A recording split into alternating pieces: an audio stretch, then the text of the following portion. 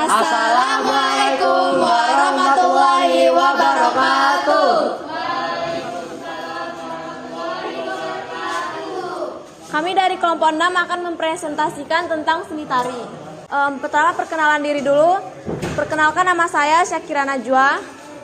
Dan perkenalkan, nama saya Muhammad Dava Noval. Perkenalkan, nama saya Patricia Amelia. Perkenalkan, nama saya Aulia Putri Mayanti.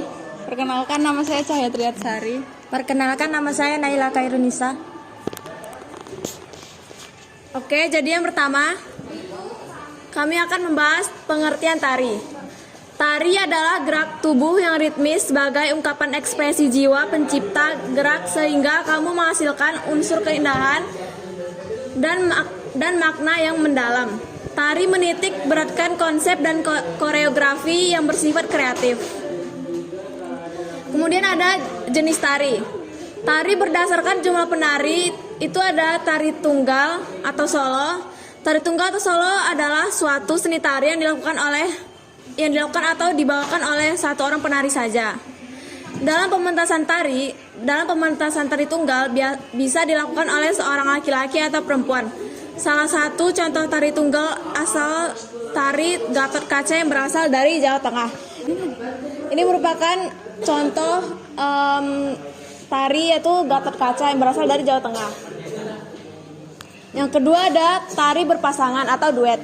Tari berpasangan atau duet adalah seni tari yang dilakukan oleh dua orang penari. Tari berpasangan ini bisa dibawakan oleh laki-laki dengan laki-laki, perempuan dengan perempuan, atau laki-laki dengan perempuan. Salah satu contoh dari tari berpasangan adalah tari Rama Sinta yang berasal dari Jawa Tengah. Selanjutnya, tari berkelompok atau grup. Tari berkelompok atau grup adalah seni tari yang dilakukan oleh banyak orang atau berkelompok. Tarian yang dilakukan secara berkelompok bisa dibawakan oleh siapa saja, baik itu laki-laki semua, perempuan semua, atau laki-laki campur dengan laki-laki. Kita bisa melihat tarian berkelompok pada tarian khas Aceh, yaitu tari Saman. Kemudian ada tari berdasarkan genre. Pertama itu ada tari tradisional. Tradisional adalah seni tari yang sudah ada sejak lama pada suatu daerah serta diturunkan atau diwariskan dari generasi sebelumnya kepada generasi sekarang, sehingga menciptakan suatu kebudayaan kesenian. Tari tradisional umumnya memiliki nilai-nilai keagamaan, nilai filosofis, dan lain-lain. Contohnya adalah tari Jaipong dari Jawa Barat dan tari Lilin dari Sumatera Barat dan sebagainya. Selanjutnya ada tari kreasi baru. Tari kreasi baru adalah seni tari yang bisa dibilang mengikuti perkembangan zaman karena diciptakan oleh koreografer. Beberapa tari kreasi baru merupakan perkembangan dari tradisional yang dikembangkan mengikuti perkembangan zaman sehingga bisa dinikmati oleh masyarakat luas. Misalnya tari Rapai, yang dimana setiap gerakannya kombinasi antara tari daerah Aceh dengan Semenanjung Malaya. Selanjutnya ada tari kontemporer. Tari kontemporer adalah seni tari yang memakai gerakan simbolik, memiliki keunikan serta mengandung makna-makna tertentu di dalamnya. Pada umumnya, gerakan yang ada pada tarian modern lebih mengarah kepada jenis musik modern. Baiklah, selanjutnya akan dibahas oleh Dava. Saya akan menjelaskan unsur-unsur utama dalam tari tradisional. 1. Gerak tari. Jenis gerak tari terdiri dari 1. Gerak murni.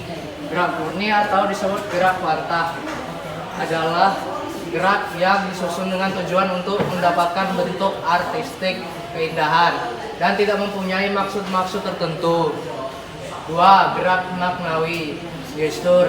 Gerak maknawi, gestur atau gerak tidak wantah adalah gerak yang mengandung arti atau maksud tertentu dan telah didistilasi. Misalnya gerak ulap-ulap dalam tarian Jawa merupakan stilasi dari orang yang sedang melihat sesuatu yang jauh letaknya. 2. Iringan tari. Iringan dari seni tari tidak melulu harus berupa alat musik, tetapi juga bisa berupa bunyi-bunyi yang mendukung suasana penyajian seni tari. Namun, iringan tari juga dapat dilakukan dengan alat musik tradisional serta modern, atau bahkan yang hanya dari bunyi yang berasal dari gerakan tubuh. Contohnya siul, nyanyian, tepuk tangan, dan hentakan kaki. 3. Kostum atau properti tarian. Kostum tari merupakan keseluruhan dari semua pakaian. Busana yang dikenakan oleh seseorang penari ketika melakukan pertunjukan tari. Kostum berfungsi untuk membantu menghidup karakter atau watak yang telah menjadi peran dari penari. 4. Tata rias. Selain kostum, tata rias dalam pertunjukan tari juga berfungsi untuk menghidupkan karakter maupun watak yang diperankan oleh para penarinya. Tata rias juga dapat merubah penampilan para penari. Tata rias akan dikatakan berhasil apabila penari memiliki wajah yang dibutuhkan dan sesuai dengan karakter yang ia bawakan. 5. Tempat pertunjukan. Unsur utama dalam tari tradisional adalah tempat pertunjukan yang biasa dilakukan di atas panggung. Ada 2 jenis tempat pertunjukan tari yang umum, yaitu pentas terbuka serta tertutup. Pentas terbuka bisa diadakan di lapangan maupun halaman, sedangkan pentas tertutup bisa diadakan di aula, dalam gedung, atau bahkan ruang kelas.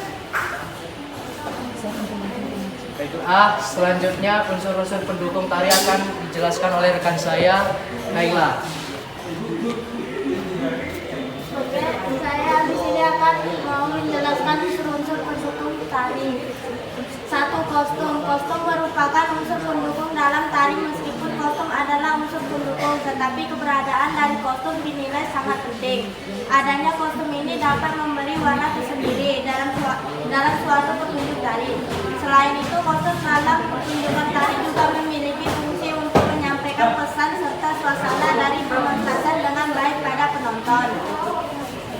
2. Tata rias. Selain kostum, unsur pendukung dari seni tari adalah tata rias yang memiliki nilai penting pula dalam pertunjukan tari. Tata rias tidak hanya berfungsi untuk membuat tampilan para penari terlihat lebih menarik dan rupawan saja, tetapi juga berfungsi untuk menyampaikan ketegasan dalam ekspresi para penari. Jadi apabila dalam suatu pertunjukan tari, tata rias kurang baik atau tidak sesuai dengan cerita dan tema tari, maka dikhawatirkan bahwa pesan maupun suasana tari tidak dapat tersampaikan dengan baik pada para penonton. 3. Pola lantai. Tari adalah gerakan ritmik yang berpola lantai untuk berpindah dari satu tempat ke tempat yang lain.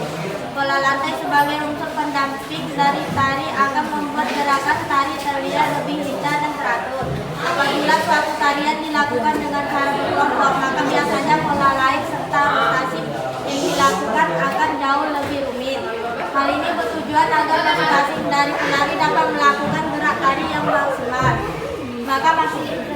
Maka hasilnya gerakan tari yang sudah desain dan dibuat sedemikian rupa oleh koreografer akan terlihat lebih indah. Selain itu, pola lantai juga berfungsi agar para penari tidak bertabrakan ketika akan berpindah posisi. 4. Tata lampu. Tata lampu dalam pertunjukan tari dibagi menjadi 2 jenis, yaitu tata lampu untuk pencahayaan serta tata lampu yang digunakan untuk keperluan artistik pementasan. Tata lampu untuk pencahayaan pada umumnya menjadi sumber penerangan utama ketika pementasan seni tari, sedangkan tata lampu untuk keperluan artistik biasanya berfungsi untuk memberi suasana sekaligus menromantisir pementasan. 5. Tema. Setiap pertunjukan tari pada umumnya mengangkat sebuah tema atau cerita tertentu. Jadi setiap gerakan tari tidak hanya sekadar gerakan saja, namun ada makna di baliknya atau menjadi simbol atas tema dalam pertunjukan seni tari tersebut. Tema dari pertunjukan seni tari akan mempengaruhi segala aspek unsur dalam tari, baik unsur utama serta unsur pendukung. Oke, selanjutnya rekan saya yang akan membaca unsur utama tari, yaitu Aulia. Oke, saya akan membacakan unsur utama tari. Yang pertama, wiraga atau raga. Unsur utama dalam tari adalah wiraga atau rasa. Wiraga merupakan unsur tari yang memperlihatkan berbagai macam gerakan seperti berdiri, duduk, meloncat, dan lainnya.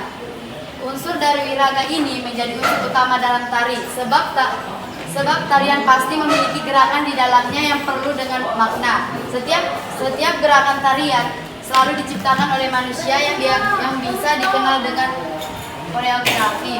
Dengan hadirnya peran koreografi ini, maka tarian yang sebenarnya sudah ingat maka akan semakin terlihat indah untuk disaksikan. 2. Irama atau irama. Unsur utama kedua dari tari adalah irama, yaitu irama. Adanya irama dalam seni tari berasal dari musik yang dimainkan oleh para pengiring tari. Seorang penari atau kelompok penari harus mampu menyesuaikan gerakan-gerakan tari dengan irama musik pengiring. Tidak hanya irama musik saja yang harus disatu padukan, tetapi penari juga perlu mengikuti tempo musik dengan baik. Apabila gerakan tari dan irama berpadu dengan baik, maka pentas tari pun akan terlihat lebih indah. Selain itu, irama juga melengkapi suasana dan makna yang berusaha disampaikan oleh koreografi dan penari-penarinya. 3. Wirasa atau rasa.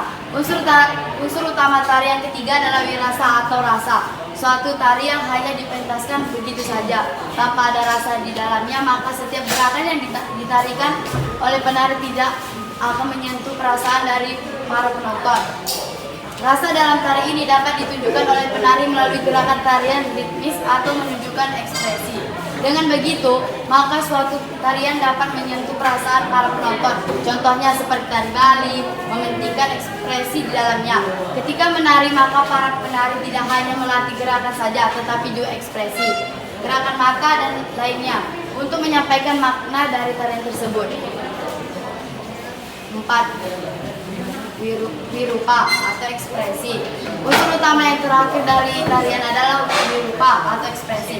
Seorang penari harus mampu berekspresi melalui mimik wajah serta mendalam karakter ini, tokoh yang ia gambarkan. Wirupa ini saat mimiknya seperti ketiga unsur utama tari yang lain. Seperti yang dijelaskan sebelumnya, bahwa ekspresi dapat menyampaikan rasa dari para penari ketika mementaskan suatu tarian. Dengan ekspresi, maka penari dapat mengungkapkan pesan, cerita, dan makna dari suatu tari. Contohnya, gerakan tari yang menggambarkan kemarahan. Apabila penari menunjukkan dengan senyum, maka tentu akan merubah pesan dan makna dari suatu tarian. Jadi penari harus tahu bagaimana cara berekspresi untuk menyampaikan rasa marah. Selanjutnya akan dilanjutkan oleh Patricia. Baik, saya akan menjelaskan tentang apresiasi tari. Jadi apresiasi tari itu adalah seorang penari penikmat kesenian melakukan apresiasi tari, yang artinya adalah salah satu bentuk ketertarikan penonton dengan tarian yang dipertunjukkan oleh penari di atas panggung. Seni tari termasuk dalam salah satu jenis kesenian yang banyak disukai oleh masyarakat luas.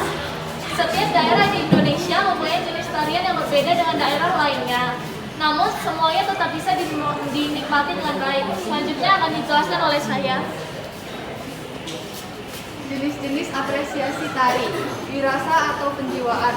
Wirasa di dalam sebuah tarian mempunyai makna bahwa tarian yang dipertunjukkan harus bisa mempresentasikan perasaan yang ada di dalam jiwa. Rasa pada seni tari erat kaitannya dengan ekspresi, di mana ekspresi tersebut berperan penting sebagai wakil dari makna dan pesan untuk penonton. Rasa tarian diiringi dengan irama dan gerak yang diungkapkan dalam pesan tersendiri, serta mempunyai nilai seni. Tarian akan terasa lebih menjiwai jika didukung dengan beberapa unsur seperti tempat, pola lantai, kostum, dan rias. Wirama atau irama. Unsur irama harus dimiliki dalam sebuah tarian supaya gerakan bisa sesuai dengan ketukan dan temponya. Iringan pada irama dibagi menjadi dua, yakni iringan eksternal seperti alat musik dan nyanyian. Sementara itu, iringan internal seperti tepukan tangan dan suara nyanyian. Wiraga atau gerakan. Gerakan tubuh atau yang biasa disebut dengan wiraga dalam bahasa seni tari bisa dilakukan dalam berbagai posisi, baik duduk maupun berdiri, karena hal terpenting dalam sebuah tarian yakni seni gerakannya. Sekian dari saya kembalikan ke moderator. Baiklah, demikian presentasi kami. Mohon maaf bila ada kesalahan. Wassalamualaikum warahmatullahi wabarakatuh.